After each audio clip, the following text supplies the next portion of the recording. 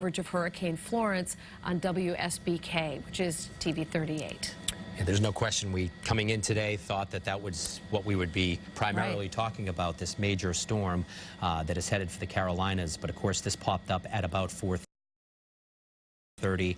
I mentioned how sometimes people get frustrated if there's too much coverage of one thing. Almost on cue, somebody emailed and said, why so much on what's happening there?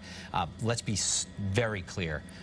This is a major emergency for people who live in that area. Lawrence is a city with tens of thousands of people. Andover is a fairly sizable town, North Andover as well. There are many, many people affected by this story, people who are suddenly out of their homes when they didn't expect to be, people who need to know what they need to do with their homes, being told to shut off their gas mains.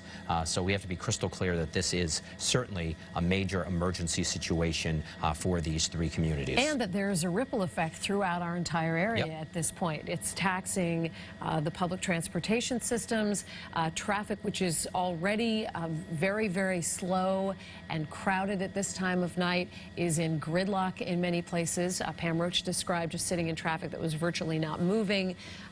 So this may not affect you directly in your home, but this certainly affects a lot of people in our viewing area this evening. And there is a question here that I think is probably making many homeowners unsettled tonight, and that is exactly how did this happen, and how vulnerable are we in our homes? How vulnerable is our natural gas system? These are questions obviously we can't possibly answer tonight, but we'll be at the forefront of the investigation into what went wrong in these communities to cause such a disastrous situation in so many places. Mike LaCrosse has been gathering information on the ground. Last we heard from him, he was headed towards Springfield Street, which is where one of the earliest reports came in. Mike LaCrosse, what can you tell us? David, we're here, as you mentioned, on Springfield Street. If you've been watching our coverage throughout the afternoon into the evening, the home behind me is a large apartment building. This was one of the first homes that we showed you with the smoke pouring out of the roof. An officer here on scene tells me that there is heavy damage in the back of that home. Just looking down the street, you can see the Lawrence Fire Department remains here on this street at this time. There are lots of road closures here throughout this portion of the city. All you can really hear are fire alarms and police cars driving around the community. And as we mentioned when we were on the phone just a few minutes ago, people are just out standing around, kind of not knowing what to do. If I can take a look, and just if Steve can, my photographer Steve Del Monte, mind panning over here. This is just a gas station and a car wash. People are just pulled over, hanging out in their cars right now, trying to make sense of what is going on right now. Again, there are many road closures here in the city of Lawrence. The community, the mayor is asking folks, as we've said, to get out of their homes. And this area, again, is just lots of folks kind of wandering around. When we were headed this way about 5 minutes ago, we were over on Salem Street. I did see a Columbia gas crew. They had the road cut up, and they were beginning to look into the issue here. But again, this is the first look that we're getting here after making our trip up here on Springfield Street. This fire has been contained at this moment. At this point, we haven't been able to get any confirmation in terms of injuries. We're heading over to a press conference in about a half an hour, and we're going to hear from the mayor and the police chief. That is happening at the command center they have set up over at the Showcase Cinema just off of 495. All right, Mike LaCrosse, thank you so much.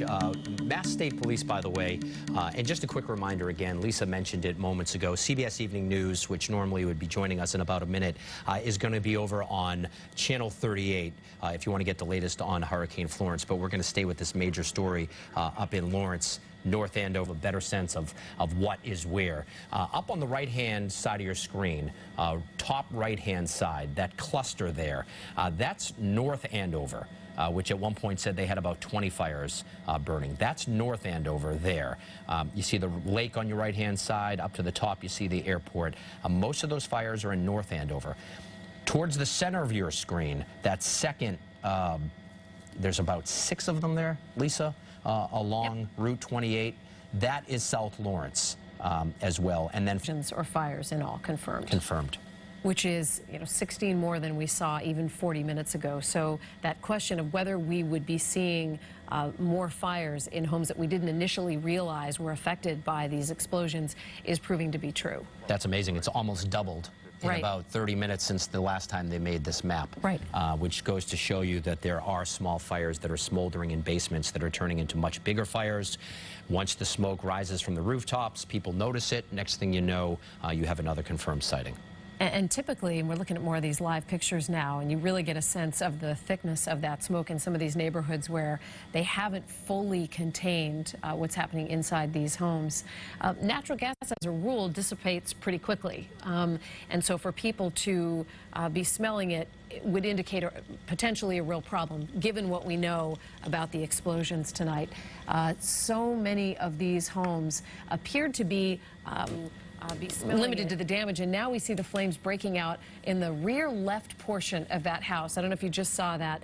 Just popped through. Yeah, just popped through. I mean, it looked like it was just smoking, but this has been the scene in almost every one of these that we've been able to see so far. It does appear, Lisa, you can tell. The ladder on the right-hand side, we saw one of the firefighters going up with the tool to pop open the roof. You can see the 3 sections there on the right-hand side where it looks like they've removed some of the shingles to get to the fire.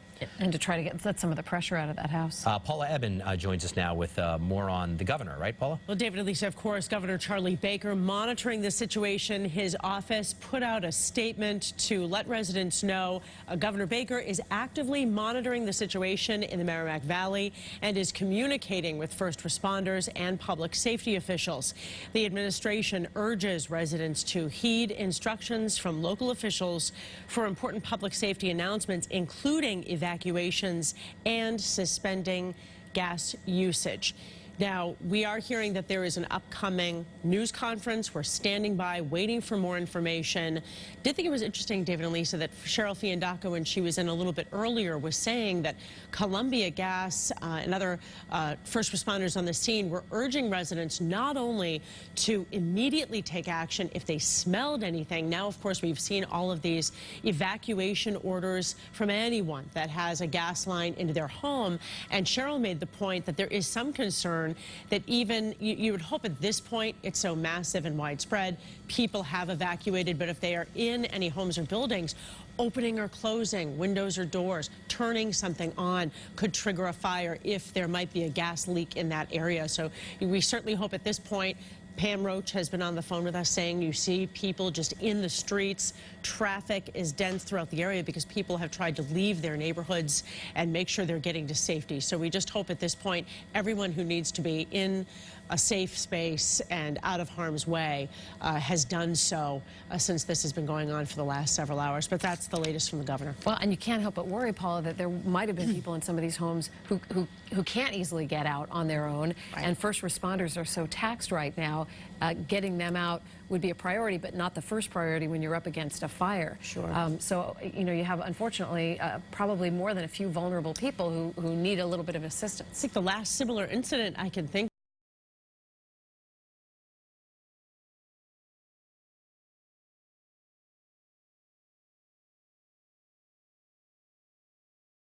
of was 2006, that massive Thanksgiving Danvers explosion, which that was so horrific because it came in the middle of the night and there was just such mass confusion because of the dark. Luckily, at this time late in the day, hopefully there were few people near schools, and as people were making their way home from work, they hopefully heard that this was going on and were able to avoid their neighborhoods. Yeah, apparently at one point there was so much smoke. People in Lawrence were saying that it was hard to even make out the sky. I mean, it was like a forest fire almost in some of these communities. How about this? There's enough smoke in Lawrence. Eric Fisher just was tweeting out, radar imagery is picking up the smoke from Lawrence. That's how much smoke is going into the sky there. As the firefighters continue to do their job, you see them just blasting the side of this house right now with their hoses. And in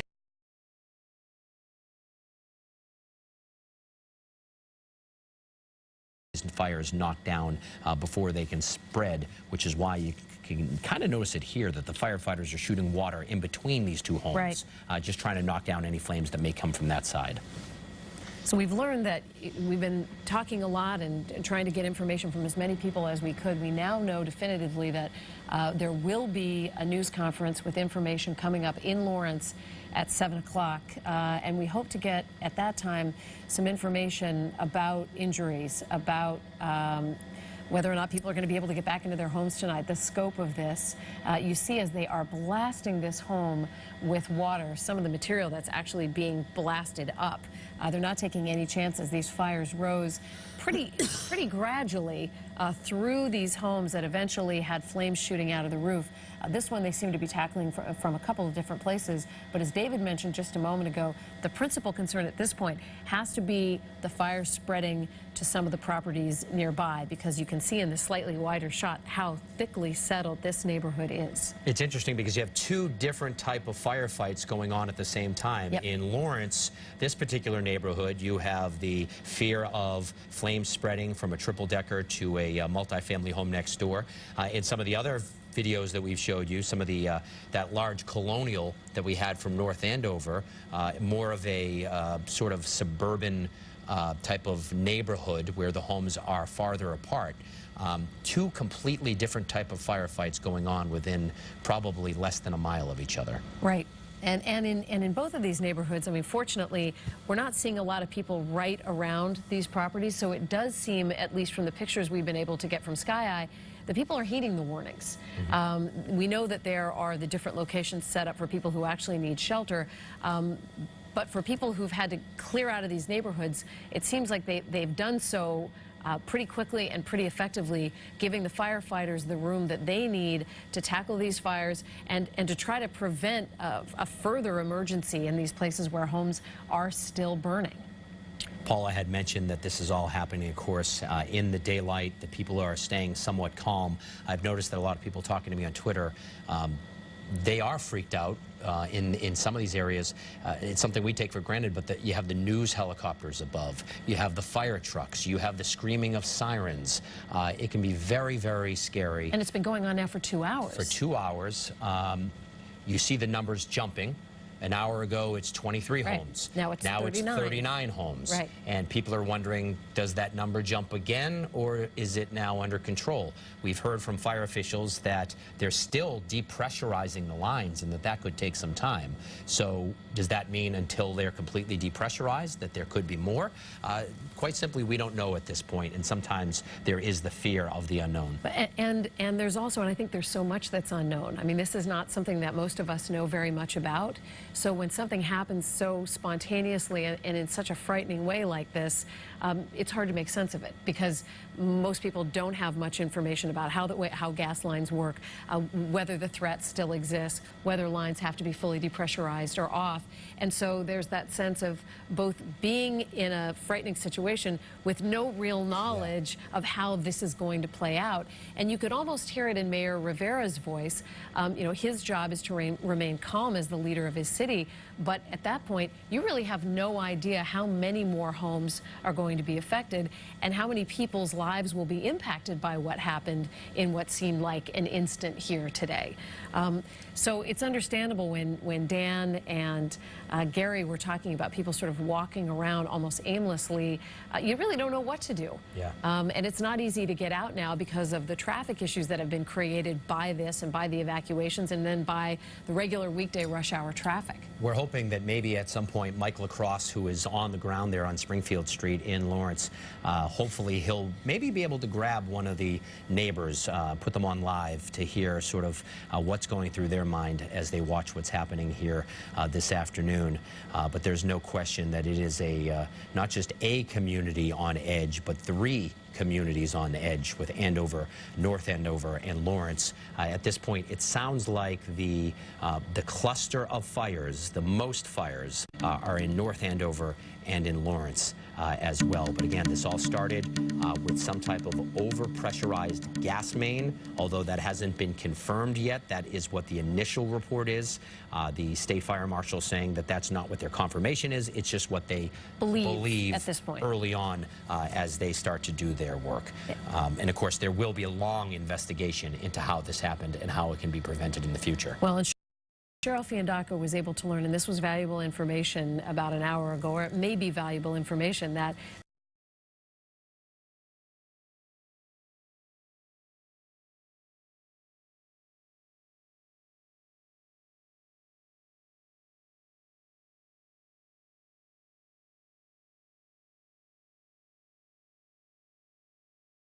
want to pass this along. This is from the FBI, all right? So at this point, we've been talking about that this appears to be just some type of weird malfunction with gas lines. The FBI, though, says we are coordinating with our law enforcement partners as expected, and personnel are on scene as we normally would be in a situation like this to assess the situation. So you hear FBI, it might freak you out a little bit, but what they're saying here is anytime there are multiple explosions in an area, the FBI, they are going to send some investigators just to assess the situation, and that's what the FBI is saying here. We're coordinating with our law enforcement partners as expected. It's important to point that out, and as we normally would be in a situation like this, the FBI also saying. And of course, when we say FBI, there is a Boston office very close by, but they are sending people to the area. We should point out the NTSB is also part of the investigation as well. Also standard protocol. Yeah, which I didn't fully understand. The National Transportation Safety Board doesn't fully sort of... May have something to do with natural gas and where the natural gas lines come from. Not entirely sure, but got word earlier that they would also be part of this. So we have a number of different agencies, both on a local, a state, and a federal level, looking into what's happened. We hope to get some answers at 7 o'clock. That's when we've been told there will be a news conference in Lawrence. And if I'm not mistaken, Alexis, we've got Gary Brode joining us again live. Gary, where are you now and what can you tell us? So we are on Colonial Road right now next to Cabot Road. This is one of the homes that did explode. I just talked to the homeowner a few minutes ago. I'm going to get out of the way, though, so you can see the damage. He told me his wife was in the home when the explosion happened. He was told that it happened in the basement, and he was told by fire crews that it was a gas explosion. Thankfully, his wife is okay. They were able to get out of the home. The homeowner I then talked to said he got there just shortly after it happened. As you can see, crews are starting to slow down a little bit, pack everything up at this point. So this was a case where no one was injured, but I'm going to kind of bring you back here, and I'm going to point you left, if we can, just a little bit, and sorry to do this to photojournalist Chris Removich here, but if you see where those two officers are, just one road down, there was a massive explosion too far back for us to really give you a good idea of how bad it was, but there is a lot of debris in that road right now. I believe it's called Chickering Road. One of the officers there told me one person was taken to the hospital. There were a couple of people out in the road when that explosion happened. One person, as he said, was taken to the hospital. We are working, going to go right after we get done with you, go around, see what else is going on in this neighborhood. But just a few minutes ago, we don't smell any gas right now, but they are not taking any chances. They want everyone gone. This street was full of people. They are now cleared at this point. So we're going to give you updates as much as we can. Like I said, we're going to go around the neighborhood to see what other damage has happened. But right now, we are live here in Lawrence. Gary Brode, WBZ News. Yeah, Gary, before you go, quick question for you, and forgive me if you touched on this. We were just getting some new information when your live shot started. The neighbor you talked to, did he smell gas before this happened? Were there any warning signs? He was not in the home at the time. He said his wife did not smell any gas. Yeah. She was upstairs. It happened in the basement. So that's what he told me at this point. We're still working to figure out. He was obviously very shaken up. So was his wife. Wife didn't want to talk to me on camera or really off camera. She was very shaken up. But he was told that she did not smell any gas. Well, thank goodness she's okay. I really appreciate it. Gary, just quickly, you mentioned Chickering Road. Yeah. Chickering Road is also the name of 133 in North Andover. You're in Lawrence or you're in North Andover where this is happening? We are about a half a mile from Lawrence High School right now. It's one of those where I did look up. There's two different Chickering roads, and one, I believe, was Lawrence, and one was also in North Andover as well. So I had the same question when I first arrived here. Okay, perfect. Right. Yeah, there is a Chickering Road in South Lawrence as well, near Springfield, which is where Mike LaCrosse is. Gary, really appreciate it. Thank you. Well, and Gary just mentioned something that is critical. Throughout this evening, we've wondered about injuries, and it sounds like one of the law enforcement personnel, one of the law enforcement members in that neighborhood was able to confirm that someone was taken there to the hospital. You just have to think, with as many explosions as there were, it was unfortunately not going to be possible for no one to get hurt in this. And the question tonight is, what are they dealing with at area hospitals, and how many people have been hurt in this? But we know, at least on that street where Gary was, someone has been injured. Christina Rex was in Andover about 2 hours ago. She may still be. And she got the reverse 911 call to be evacuated. Christina, give us an update, if you can, about what's happening where you are. Yeah. Hey, everyone. So what's been happening is we've been evacuated for nearly 2 hours now in Andover. We are about a mile or so from where some of the confirmed fires are happening. In the last half an hour, I've seen Andover Fire, Andover Ambulance, and police, emergency management come by, the Ricca Fire went by. Ton of traffic. You know what? We're gonna try to fix Christina's cell phone connection if we can, and then go back to her. I think she's talking about the number of crews, though, that she's still seeing come into those communities, seeing firefighters from Bill Ricca. We've heard about crews truly coming from all over the area, parts of New Hampshire, Boston Fire assisting in all of this. Just a concerted effort to try to put out these fires and to make sure that people are safe. Haverhill Line, we're talking about the MBTA commuter rail. The Haverhill Line service beyond North Wilmington is now suspended because of what's happening there. Passengers will be diverted again to Woburn, Anderson. We mentioned that earlier. And Lisa, you had mentioned that some of the people who were on that train were told that they will be bused to where they need to get to. Is that what they were saying? Yes, and it can be really disconcerting when you're in a situation like that if you don't know what's happening. Typically, Absolutely. It's just a problem on the line. But when you start to get messages from friends, you get a little nervous. And apparently, the person who sent me the message said that all the communication through the MBTA, at least on this particular train, was good. They knew what was happening. They knew there would be buses, and they felt relatively calm. They felt like, all right, we have the information we need to then continue on once we get to our stop. We also just got this important commuting piece of information from Mass State Police. All off-ramps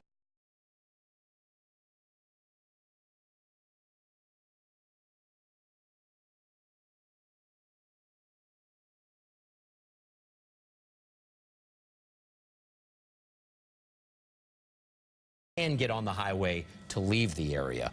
But as you can imagine, those highways are packed right now with cars who are slowed down, first by the amount of vehicles and secondary by the curiosity factor of seeing all the smoke rising from these areas. And we've heard from a number of officials the warning that if you have Columbia Gas, you should evacuate your house in these communities. We also heard from North Andover, if you have natural gas, period, you should evacuate. Just got a message from someone in Andover who is wondering if your gas has been shut off. In other words, if you're in Dan Roach's situation and your gas has been shut off, can you stay in the neighborhood, or should you also evacuate? I think there's a little bit of confusion tonight whether you should stay where you are or whether you should go ahead and go. Looking at live pictures now as firefighters continue to try to extinguish the smoke that is pouring from that upper window right there. We've seen flames shooting out of this residence and a number of other residents throughout the evening. And here they are just trying to get the upper hand on this and make sure that there are no hot spots that will then flare up and threaten the other properties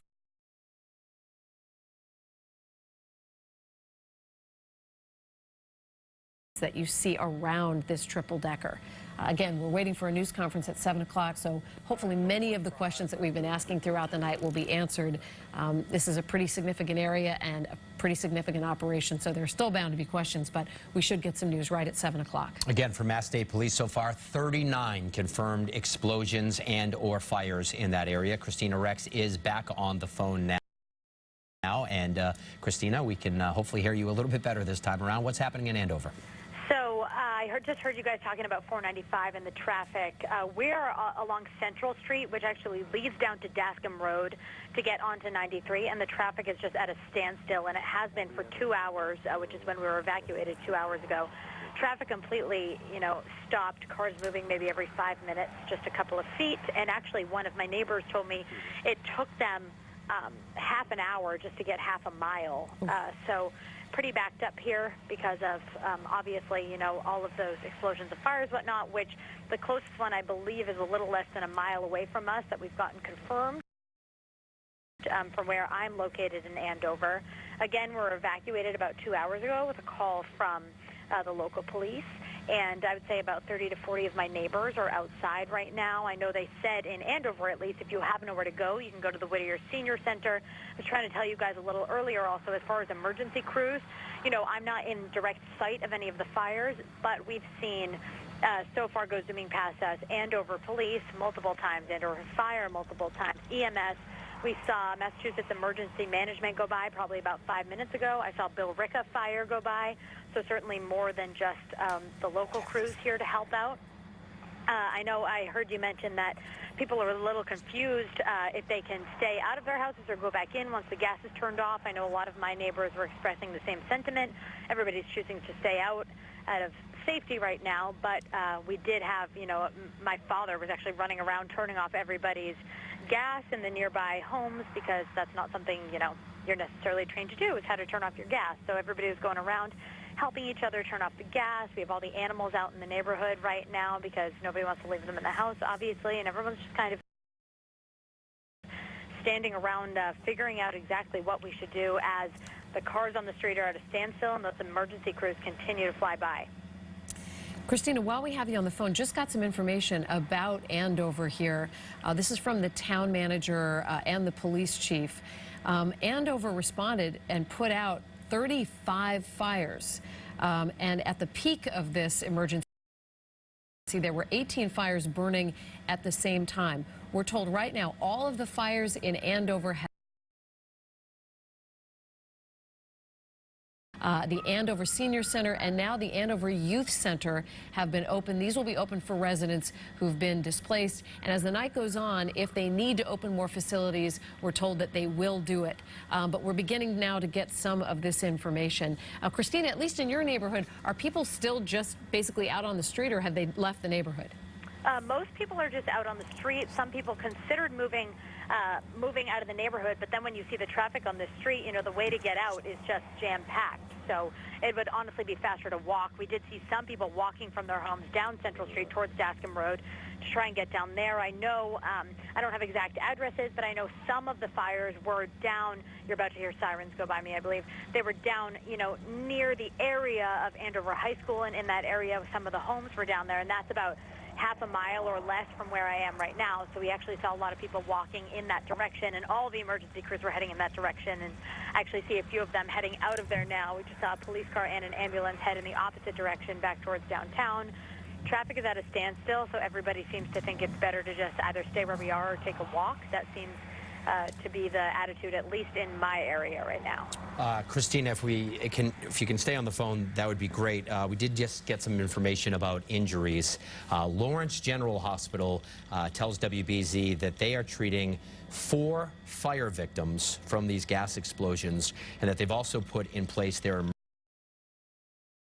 emergency management plan, which basically means more doctors, more nurses, all coming in for anyone else who may be brought to that hospital. But again, that's the information from Lawrence General. 4 fire victims being treated there. So 4 in Lawrence and 3 in Andover, including 1 firefighter.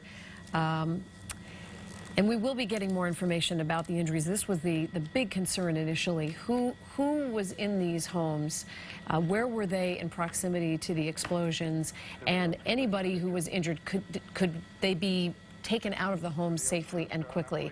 And, you know, now we're getting a sense of just how widespread this was, how many fires were happening at one time. And when we're talking about 18 fires burning at the same time in Andover alone, and then you look at this map and realize that the most significant number was actually in North Andover, and there were other fires burning in South Lawrence.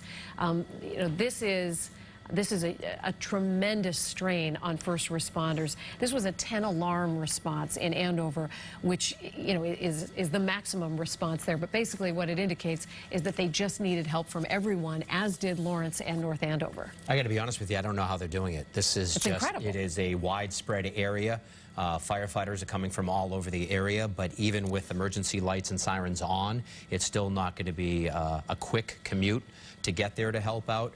Again, the number that was given out by Mass State Police about, I'd say about 15 minutes ago, that they have 39 of these reported fires now and explosions as well. But 4 people, that's the number that we have of people injured, at least taken to Lawrence General. Gary Brode told us about one other injury as well, so the number may be, the unconfirmed number may be as high as 5 right now. Well, this is really helpful. We have Rich Serino on the phone with us now, the former chief of Boston EMS, former director in Washington for FEMA. Rich, so glad to have you with us right now, because I know that you have a sense what these first responders are going through.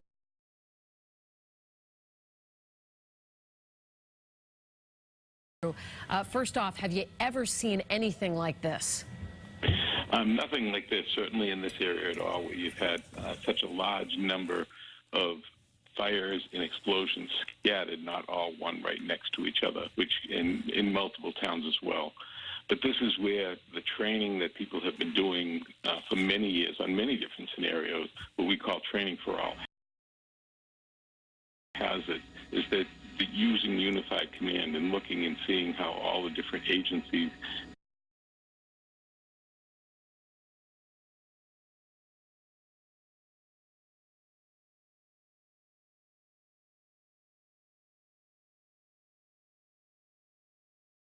gas, how long are they going to be evacuated? Where are they going to go? These are all questions that they're looking at and addressing now. And the primary response, obviously, is stopping the fires and stemming the gas from continuing going through the lines. And Rich, I'm assuming that you've been on scene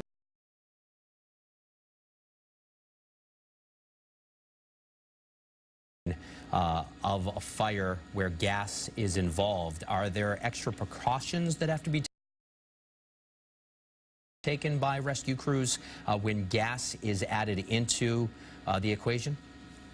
Yes, you want to be careful, because there could be secondary explosions. That's why the very good information to have people get out of their homes, even if they were not on fire or exploded, because another explosion could happen easily. And so having people out of their homes was important as they continue to find out what the cause was, and as soon as they can depressurize the gas line. How challenging is this, Rich, to be responding to all of these different situations, not knowing whether you're up against another danger? In other words, I have to think that on the one hand, the first order of business is getting people out of these homes if necessary, putting out the fires and trying to extinguish the smoke. But you don't know in any of these cases whether you're still at risk. How do firefighters cope with that kind of unknown? Well, it's a job that the firefighters, EMTs, and police officers do every day, is going into the unknown. But the practice and preparation on how to respond to these, which they all public safety personnel have been doing for years, is what prepares them for days like today. And looking at each individual fire, each individual home is a disaster for that individual homeowner, and the firefighters and the EMTs and the paramedics and the police officers at each individual one. And then it's incumbent upon the leadership to get together, is to look at this on a more systematic level. There's the tactical level, and then look at the systematic level and how the leadership is coming together, working together in unified command, and how people are able to look at the issues ahead of time, so they're able to be there and address those issues. And it's interesting, not to sound like Bill Belichick, but you have these 39, 40 fires, but it really is one fire at a time. Each individual crew is dealing with their fire that they're fighting. So while it is a much bigger operation, and we talk about how many people are responding, you know, for each one of these firefighters, they're dealing with the one that they have in front of them. And this is not an image we had seen yet, Lisa. This is clearly the remnants from an explosion, the whole side of this house blown out sideways. Yeah, Rich, it's interesting. As we've been talking to you, we've been showing both a devastating fire. When you were talking about the disaster to these people's lives, we were showing a home that was fully engulfed. But what we're looking at right now, and a picture that we have not seen until now, is an explosion that looks like it just blew a home parts of a home apart, like shooting parts of it right out the back. Is there a danger tonight of hotspots with these fires, and will we see firefighters staying in these communities all evening? Oh, I'm sure you'll be seeing firefighters in the communities all evenings, probably throughout the night, until they're 100% sure that the situation is safe. But also have to now look at the recovery going forward for each individual family. It's catastrophic when it's your home for one individual family. Now you're multiplying that times at least 39. And how, in organizing those efforts, and at the same time you have populations of almost entire communities that are out of their homes, and how long is that going to be? So all those issues are being addressed, as well as looking at where they have to, deal with those individual fires as well. So this is a multifaceted problem, multidisciplinary problem, and that's why having the unified command, the support for the unified command, is coming together. Well, all that training certainly paying off. Rich Serino, thank you so much for your insight. Of course, years of experience, and that you could certainly tell. Thank you so much for your information. Really appreciate it tonight. This picture that we're looking at right now. It's just devastating. This house, and this is what I had feared earlier. When you hear gas explosion, this is the type of picture you normally see. You don't just see a smoldering fire that then rages through the roof. This is an explosion that ripped this house to shreds, and to see part of the chimney, Lisa, on the coming SUV down, crushing the SUV. The SUV, it worries you because the car in the driveway may mean that someone was home at the time. We hope not. But this is the most devastating damage we have seen as far as an explosion goes in this case, not just a fire. And, this is, again, 39 homes that we know of that have been damaged in some way. This is the worst damage from an explosion, certainly, we've seen. Gary Brode is at another home that was damaged in this series of explosions. Gary? Well, Lisa, David, right after we got off with you, we told you how there was debris in the street, the street over. Well, we decided to check it out, went around. That is the scene from what we were talking about earlier. This is right at Chickering Road here next to Cabot Road. As you can see, that home is demolished. We were told, one of the officers said that someone was taken to the hospital after the explosion. And he told me that a couple of people were outside of the home at the time, but one person was taken to the hospital. You can see everything there seems to be a total loss. Roof is caved in. The columns on the ground at this point are sideways. Really, there's not much left. Certainly will not be salvageable at this point. But like I said, we were told that one person was taken to the hospital from that area. Now, right before we came live here, we talked to a younger, maybe mid-teens boy who frantically came over here with his family as they drove by. And it's his friend who lives there. He said he's been trying to reach him over and over, continues to call him, unable to reach him. So really impacting not just people in this community, in this neighborhood, but everyone, friends and family from all over coming to see what is going on right now. And as I say that, several fire trucks are coming down the street at this point, convoy of fire trucks coming down. You can see from Newberry, fire trucks. So everyone's helping out. Also, a few minutes before that, Columbia Gas crews were on scene. We heard them say we shut the gas off to that home as well as that home. So a lot going on right here at Chickering Road here in Lawrence. We'll continue to give you updates as soon as we can. But for now, we are live here in Lawrence. Gary Brode, WBZ News. Wow, Gary, that is just a devastating picture behind you. Gary mentioned that one person had to be removed from that house, taken to the hospital. And just reiterating what David mentioned a moment ago in Lawrence, 4 fire victims that we know of, and they went to Lawrence General. They've also activated essentially their emergency management team there, ready to respond if they should have many more injured people. But now we are starting to see some of those rather devastating images of the force of an explosion in these homes, blowing the walls apart, literally blasting the chimney off the home and onto the family's SUV. And just really startling damage in some of these pictures. And one of the reasons why we may not have seen this earlier, the view from the helicopter, you see smoke rising, you zoom in, and you're seeing these homes that are on fire. But now we're seeing homes where, even the home that Gary just showed, no signs of any fire, just an explosion. this certainly... But I mean, just look how dramatic that line is between the upper floor of the home, you know, and the lower floor. That clear, you know, blasting mark, and the home almost looks like it's off its foundation there. The back deck was actually caved inward, and the most dramatic picture was the chimney. We lost, I think, the image there from Sky Eye. It's going in and out, but wow, the chimney down on top of the SUV as well. Again, fingers crossed that there was nobody home at that house at the time. Seeing the car in the driveway gives you cause for concern, obviously. But I'm wondering now, Lisa, how many of these we'll see. Right, because most of the afternoon and evening we had been doing exactly what you said, and that is following the smoke to these homes that wound up like this one did, smoldering at first and then burning up. No flames, we would have had no way to know that that home was damaged. Even when we pulled wide and we sort of counted the, you know, the plumes of smoke, you could only see maybe 5 or 6 plumes of smoke, which makes you wonder how many homes there may be that there was no fire, there was no smoke, but instead just an explosion that ripped the house apart.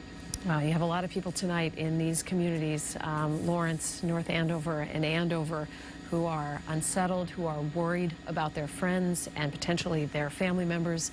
We heard Gary say that in talking to the teenager who passed him, he was concerned about his friend who lived in that home that had been so badly damaged. Just a great deal of anxiety tonight in these communities and in these neighborhoods. And first responders doing incredible work there, trying to make sure people are safe and trying to stop these fires before they spread to other properties.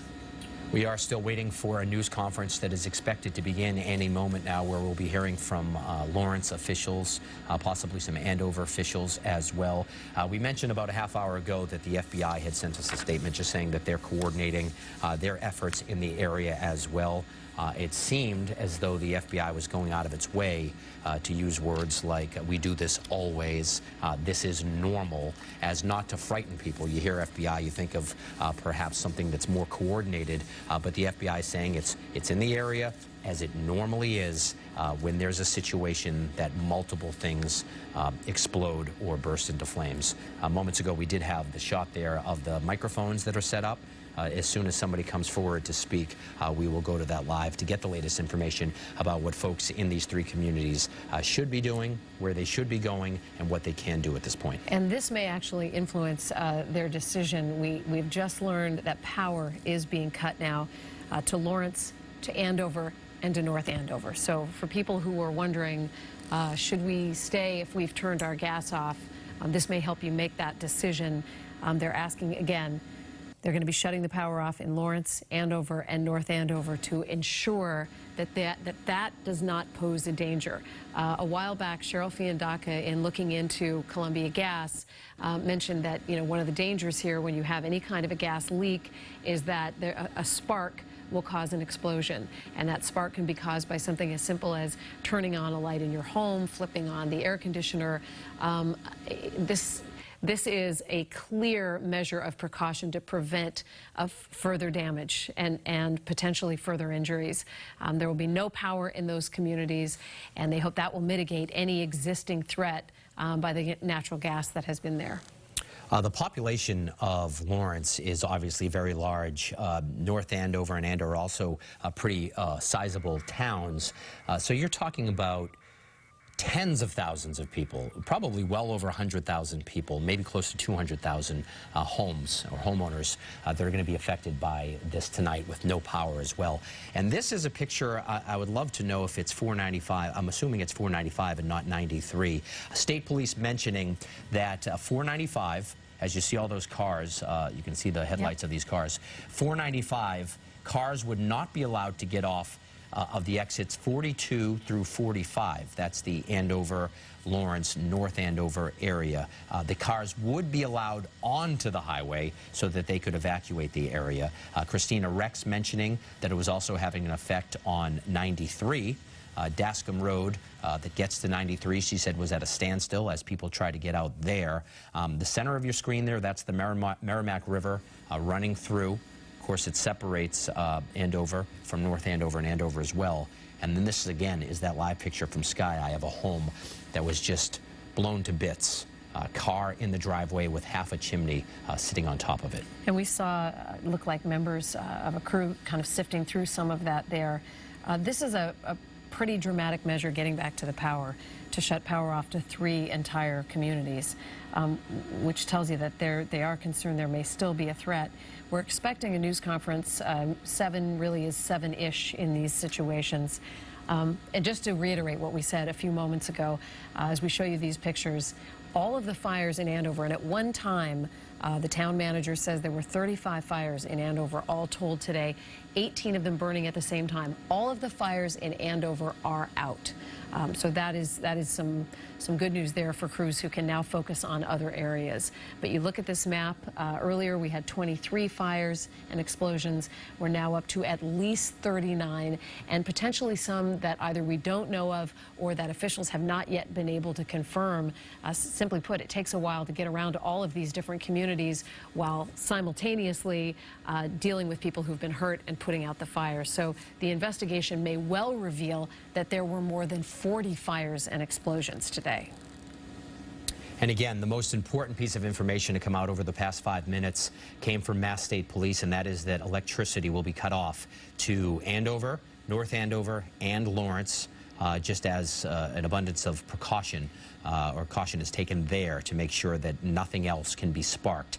But you're talking about a whole lot of people who may have thought, well, maybe in a couple of hours I can get back into my home, and now are thinking, okay, they're not going to have power tonight, they're not going to have gas, and so there may be a lot more people headed to some of these schools and middle schools where the Red Cross have been setting up. We did know that the Red Cross set up in North Andover at the high school there. So if you're in North Andover, really if you're in any of those communities and you need some help, then you can go to the Red Cross over at North Andover High School. And Phillips Andover had just sent everybody at the school to their sports field. A friend of mine was telling me they're going to just be feeding everybody there, knowing that there's no way people would have been able to focus on dinner or anything else. So if they're at the school, that's where they're going to be. And you see these crews right there apparently sifting through some of that and trying to break apart something. Yeah, this, as those utility crews pulled up, they actually look like they're town workers. It did look like they had North Andover on their vehicles, but it's unclear what they're trying to get to as they chip away at something. But this is that home that we've been hovering over that was just, it's unrecognizable at this point. And you see how badly it's splintered and how far the pieces of the home actually were ejected, you know, from the structure as they knew it. Police also on scene there as well. But you can see the frames of the windows blown to the ground, a whole wall blown to the ground there. That looks like a couch. Yeah, furniture, couch turned cushions. Upside down. Chimney on top of an SUV. You know, French doors blown open, and just devastating to see. Again, your only hope is that there was nobody home at the time. Wow. So, fire crews continue to work, and you have some new information. Yeah, we have the Methuen Police Chief, Joe Solomon, on the phone with us now. Joe, thanks so much for joining us. We know that everybody in your department has been working furiously today. Can you give us the very latest from where you are? So right now, the FEMA and the state police and Lawrence police are in the command vehicle. They're getting a briefing with Columbia Gas. The Mayor, Rivera, and Lawrence Police Chief Bass will be out to address the press. They're just running a little bit late because they're going over specific information in reference to the incident. Right now, it's been quiet since about 6 with new fires and explosions. There's still mutual aid arriving from every single possible location you can think of in Massachusetts and New Hampshire. It appears that the worst of it is over, and we're just, again, everything's preliminary. We're not sure what the next steps will be. We do know they're shutting off gas to all the citizens in Lawrence. Lawrence has sent out an emergency alert that there's a couple of shelters open. Methuen Police and myself came to aid Lawrence. Havel Police Chief De Niro and his people went to North Andover, and Tewksbury Police Chief Tim Sheehan and his people, along with NEMLIC, the Northeast Mass Law Enforcement Council, responded to Andover. So there's police from all over Massachusetts, and particularly Merrimack Valley, between local, state, federal, assisting here. And the best we can do is, you know, continue to monitor things and hopefully have some more answers for you as soon as the mayor comes out of his press briefing. Joe, what did you think? I'm just curious. You know, you initially hear about this, you're called into service. Give me a sense, when you pulled up to the first of these properties, what went through your mind? Well, actually, on the way here, I came down 495 south, and to the right of me was Lawrence, to the left of me was North Andover, and all you can see is billowing smoke on both sides, and it's sort of like video you see on TV when there's a major hurricane or a war somewhere. You just see smoke, smoke, smoke, and first scene I arrived on was a house that had exploded. They had triaged the individual that was in the house, and then my officers were basically taking calls and assisting Lawrence, going to calls to triage injured people and evacuate neighborhoods. So basically our job was respond to as many calls as you can and then evacuate every neighborhood that a call came into. So it was kind of chaos and hectic. It's what you'd expect, but it's what we trained for. And I think everybody acted fantastic, and let's pray that nobody dies and the injuries are not serious. The Methuen Police Chief Joe Solomon joining us on the phone tonight. Just to be clear, things in Methuen unaffected there, but the chief, as so many different cities and towns are doing, responded to the Lawrence area to help out some of his comrades in this time of need. And Chief, you talk about the training.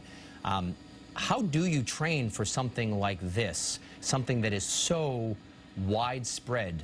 3 different towns, you know, miles between incidents, summer fires, summer explosions. How do you train for something like this? So what we do is we train with tabletops and drills, but we train for basically what you're training for is command and control, because cops know what to do, firefighters know what to do, and ambulance attendants and EMTs know what to do. So we just want to command and control, set up perimeters, move people in, and we practice this on small scale and large scale. It's more about training for command and control. And by the way, everything's chaos when you arrive. Everybody's running around. There's cars going back and forth. After 5 or 10 minutes, you gain control. It always happens. You set up a command post, and you start detailing people to hot spots and locations, and then you assign fixed posts. We don't have to really tell anyone what to do that's on the street. We just got to tell them where to go, because they know how to do their job. So really, we do drills. We just drilled with Lawrence a few weeks ago for a shooting in a school. And although it was a shooting in a school, it's the same thing. A riot, it's chaos, it's craziness, people yelling and screaming, gain control, name a commander of the scene, because there can't be a Lawrence police commander, a Nemlik commander, a fire commander, a state police commander. There's one command post, one person in charge, and that's what we drill, because we all have big egos. We all want to be in charge. We drill that. This person's in charge, you follow orders. And we really revert back to the military structure. What I call it is controlled chaos. It's going to be chaos. Make sure it's controlled. Make sure you don't lose your mind. Make sure that you treat people immediately and respond to as many calls as you can, and then you start creating call lists. And really, it went just like that. Immediate craziness in the initial first 10 or 15 minutes, and then as you saw, all of a sudden, that look you see in people's face, the panic look, started to go away, and let me just do my job came through. And I have to say, I'm so proud of all of them, and honestly, Chief Bass is amazing what he's done in such a short time being in control of Lawrence. You can't ask for a better commander for a situation. And I know, speaking with Chief De Niro in North Andover and Chief Sheehan in Tewksbury, because I'm kind of the go-between for them, they were amazed at the work that Chief O'Keefe and Chief Gray did in their city. So we're just lucky that in Merrimack Valley we have excellent leaders, and we have excellent command staff, and we have fantastic officers. But in a situation like this that you see is, everyone's command staff's here. All Lawrence's leaders are here. All my captains and lieutenants are here. So everyone has to, you bring your brass out. Your brass takes control of different individual situations. My people know how to train and cross-train. You're doing the traffic. You're doing the outposts. You're doing the triage. You're doing the call reporting. You're doing the logs. So we all train like that. And, you know, if we had to train for a situation and it had to go as good as I believe this went, then thank God it wasn't a mass casualty incident, which I don't believe it will be. So luckily, it's a major incident that maybe can be another learning experience, because every time when we had the Malden Mills fire and we responded to that, it was exactly the same chaos initially, but we learned from it. So I just say I'm very proud of every first responder that I've had contact with today. It's joyous to be a member of an agency when you see this wonderful work going on in such a critical time. And I'm just proud of everybody in the state came through. MEMA came through, the governor's office. So this is a true collaboration. Well, Chief Solomon, we have been in awe all afternoon and evening of the work that your crews have done out there, the police officers, the firefighters, the EMTs. We so appreciate it, and we appreciate your time. Thanks for being with us. Thank you so much. Thanks, Chief. Really do appreciate it. Let's go over to Paula Eben now. You have some new information that just came in from Andover. Well, and it really speaks to what the Chief was just saying, David, because we had given the update of the situation in Andover, and the public safety officials there kind of gave a big overview update of what's been going on there since 5:01, when Andover Fire struck a 10-alarm response, which is their maximum fire response for a situation like this. They said the problem was a lot of resources were diverted by concurrent 10-alarm situations in Lawrence and North Andover. So all of these departments so stressed. MEMA did immediately send 2 additional fire task forces to help with the response in Andover. And so, as you had said, Lisa, just a short time ago, Andover Fire Rescue responded to a total of 35 fires at the peak of this situation. 18 of those fires were burning at the same time. So as we've been kind of fanning throughout the area with our crews, looking at this map from State Police, you can see how vast the area is, how many different situations required response so quickly in that 5 o'clock hour. And of course, then the town had asked residents to evacuate. That appears to be underway. At least 3 people we know injured in Andover. That's 1 firefighter and 2 civilians. And the chief notes that police resources came to play as well. The Massachusetts State Police, MEMA, the State Fire Marshal's Office, and fire departments from as far away as Boston, Needham, and Belmont came to respond. So just to give people that update, if anyone might be listening, coming home from work at this time of night, for residents who've been displaced or they know they're commuting home, which this is a normal commute hour for a lot of people, you don't want to go near your neighborhood or probably can't even get there. The Andover Senior Center and Youth Center are open for those residents. Firefighters are staying on the scene throughout the night, even though those fires in Andover are extinguished at this point. But you know that those centers will be really busy throughout the evening. And that's just the update from the town of Andover, Lisa and David. And we have North Andover and we have Lawrence with similar situations. Paula, thank you so much. Chief Solomon from Methuen just a moment ago said that the Lawrence mayor, Dan Rivera, and some of the officials were getting a briefing from Columbia Gas. And I think when we do hear from them, he mentioned they're running a little bit late. We thought they'd be taking the news conference at 7 o'clock. But when we do hear from them, we should be able to get some answers about the gas main, about what kind of work was underway at the time. I mean, at least those preliminary bits of information they should have. We know now to some degree the extent of the damage, but perhaps this will exceed 39 homes and businesses. And without any question, and before we even get to the news conference, what we know tonight is that there are dozens of families in these communities that have lost everything that was in their home. And this is the beginning of a really tough period for them, and that's before we get to the injuries. And there's sort of a secondary story that is sort of developing now, and that is the power being cut off to these 3 communities, which brings a whole second level of obstacles and challenges. 10,000 homes, we've been told, in Lawrence, the power has been shut off to, and then you bring in Andover and North Andover as well. We were talking about the pure scope of people affected. The population of Lawrence by itself is 80,000 as of 2016, so we're just talking about tens of thousands of people affected, number one, and then as you mentioned, Lisa, people who have lost everything tonight. Then there are the people who have been injured, and we pray that nobody has been killed at this point. All right, we have Mike LaCrosse, who is also live for us tonight. He's been moving throughout some of these communities. Mike, give us a sense what you're seeing right now. Lisa, I'm actually not too far away from Chief Solomon here in the parking lot of the Showcase Cinemas just off of 495. This has turned into the staging area, and I'm witnessing a lot of what the chief spoke about, the coordinated effort here. Just imagine if you've ever been to a movie theater, how large these parking lots are. The entire parking lot is filled with first responders. There's ambulances standing by. The Massachusetts State Police Command Center is here. The Lawrence Police Command Center is here. the State Fire Marshal's Office Command Center is here. I believe I saw Methuen's Command Center here as well. There's also a number of buses just lined up that say, emergency services. Those are ready to move as well. We're starting to see, there's a handful of folks that appear to have been evacuated from their homes that are in a section a little far away from me here in the parking lot that are on some of those buses. When you mentioned the response from some of the communities really around the entire state as well as New Hampshire, earlier I saw Nashua, Fire, Salem, Hudson, Concord, we have Peabody, Lincoln, Wayland, Boston. Around the perimeter of the parking lot where we're set up, the fire trucks kind of parade in with their lights on, and then they appear to be moving out as well. We are, again, still waiting for that news conference to happen. It was set for 7 o'clock right now. We've seen several different types of meetings happen away from where we're being kept here at the movie theater parking lot.